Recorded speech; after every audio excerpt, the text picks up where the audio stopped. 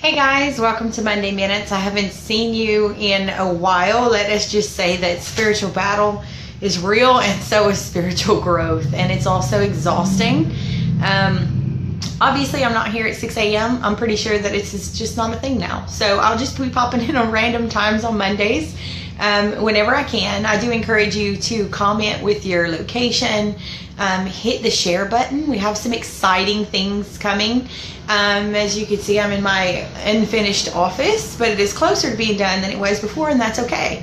Because this is my creative space. This is where the work. So this is my new place to be able to sit and share love and ministry and hope and everything that I have to offer you guys that God has put on my heart, that He's shown me vision and growth for. I'm a little bit crooked. I'm just going to stay crooked. So my message for today is the day is not yet over. That was actually shown to me. It's in my book. You'll see it in the chapter on provision. Whenever everything was so hopeless and I had done everything that I could do to maintain everything, and it still hadn't worked. Everything that I had done, that I had tried to do, even in the name of my faith and administering to my family, and we were just completely broken. We had hit rock bottom, and it was the day that one of my Young Living upline was getting married, and she had talked about it being a magical day of hope and new love, and it was a terrible day for me. And I was journaling, and I thought, so much for this being a good day. And I clearly heard, the day is not yet over. And by the end of that day, my problem had been resolved to my favor, without putting my family in a bind, without stretching my resources to their absolute limit. People just came and gave and ministered to us in ways that we needed right in the moment that we needed. But we could see it because of what we had just endured, what we had just been boiled down to, we were used to, by relying only on ourselves. And when we acknowledge that the day is not yet over, that officially means, okay, get your hands out of the pot. I'm going to let you do it. And whenever you get away and you get your hand out of the pot, you will realize that God funds God's plans, and He leads His leaders, and He moves the mountains. And one thing that was really impressed upon my heart was that our translation of the 10 Commandments made them not applicable to where we were, because we've lost how they apply to us where we are now. We take things very literally because we're very literal people now.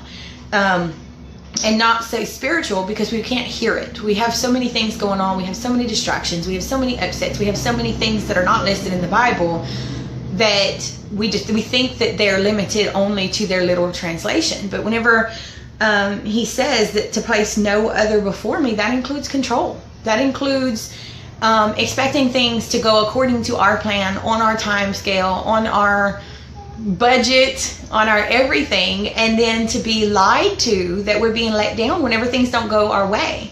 And that's absolutely not true. It's not true that our mere human brains can influence everything and manipulate everything to our own favor, because we are not the piece that connects every puzzle. We do not personally, Becky does not get implanted into, there I am. Okay, so we personally don't get implanted into every single person to know the big picture, to be the life that is in everything on this earth, to work to our own benefit, and we give ourselves too much credit.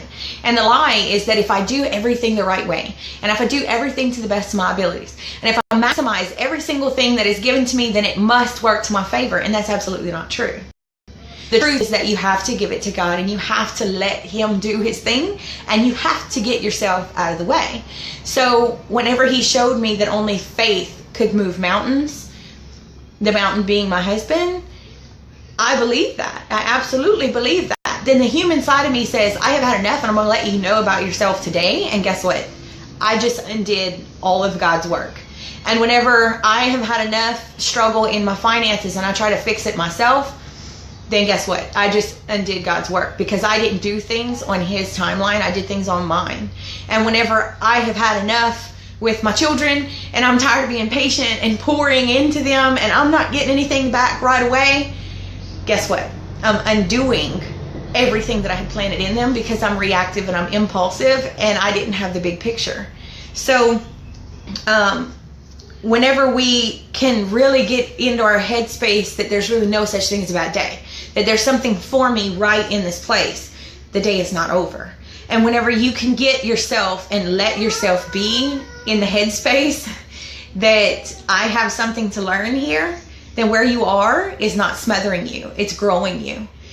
And I would encourage you to check out my post about the mountains and the valleys. You just never know when you're going to get a message that's going to pertain to someone, that's going to help someone, and you're not going to see that opportunity as a growing opportunity where you are to feed into someone else later if you're too busy being a victim.